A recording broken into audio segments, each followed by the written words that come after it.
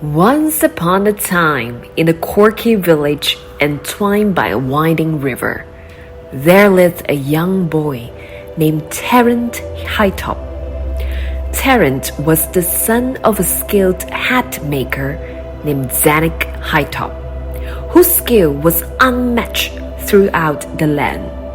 From a young age, Tarrant watched in awe as his father crafted hats of all shapes and sizes, each one a masterpiece of design and artistry. One sunny afternoon, as golden rays of sunlight danced upon the river's surface, Tarrant approached his father with wide-eyed wonder. "Father, may I watch you work today?" he asked, his voice filled with excitement. Zanuck smiled warmly at his son. "Of course, my boy. Come, sit beside me." Together they entered the workshop, where the air was filled with the earthy scent of leather, the soft rustle of silk, and the gentle hum of creativity. As Tarrant watched, Zanuck expertly shaped a piece of felt into a stylish top hat, his hands moving with practiced precision. "One day, my son, all of this will be yours," Zanuck said, his eyes twinkling with pride. "You will carry on the family tradition and become a great hat maker, just like me." Years passed, and Tarrant grew into a skilled craftsman, his hands as deft as his father's. One evening, while stitching a brim onto a hat, he exclaimed, "Father, I think I've got the hang of this." Zanuck chuckled, ruffling his son's hair. "You're natural, Tarrant. With time, you'll surpass even me." However, unbeknownst to young Tarrant and his father, the materials they worked with held a hidden danger. In those days, back in the 19th century, hat makers used a substance called mercury nitrate to treat animal fur and transform it into felt. Zanuck began to exhibit strange behaviors, such as mood swings, tremors, and bouts of confusion. One gloomy evening, Tarrant noticed his father staring into the distance, a distant look in his eyes. "Father, are you feeling all right?"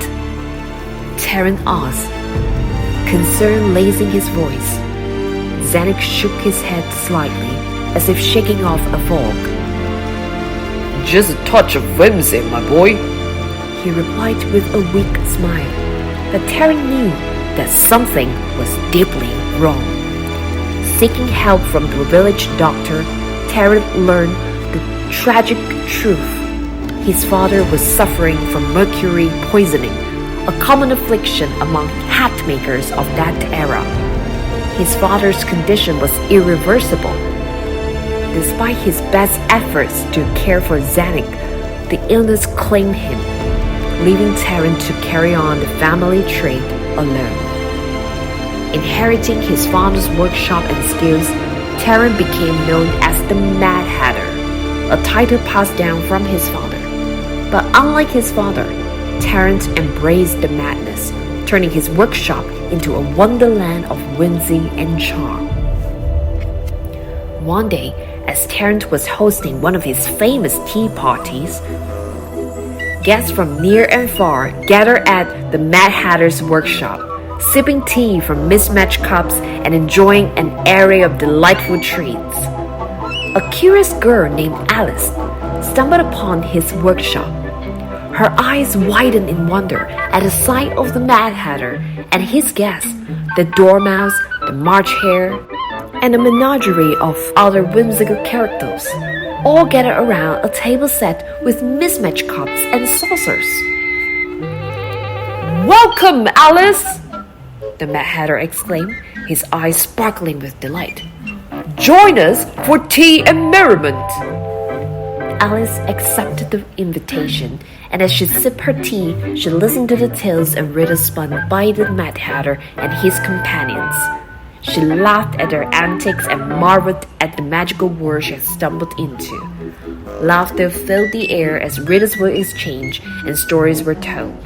Time seemed to stand still in this magical place, much like the perpetual 6 o'clock that reigned in Wonderland.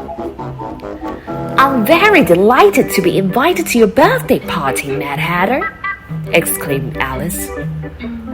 Oh no, this isn't my birthday party. It's an on-birthday party. "On birthday? Why, I'm sorry, but I don't quite understand," Alice asked curiously. As usual, the Mad Hatter adjusted his top hat with a grin. It's quite simple. Now statistics prove that you only have one birthday. Imagine just one birthday every year," interrupted March Hare. But there are 364 on birthdays, explained Mad Hatter. "Precisely why we're gathered here to cheer," interrupted by March Hare again. Every day that isn't your birthday is a non-birthday, my dear friend, and in this workshop we celebrate each and every one of them. "Why, today is my own birthday too." It is? What a small world is this?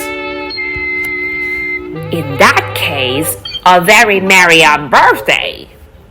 "To me?" "To you, a very merry on birthday. For me, for you. Now blow the candle out, my dear, and make your wish come true." "A very merry on birthday to you."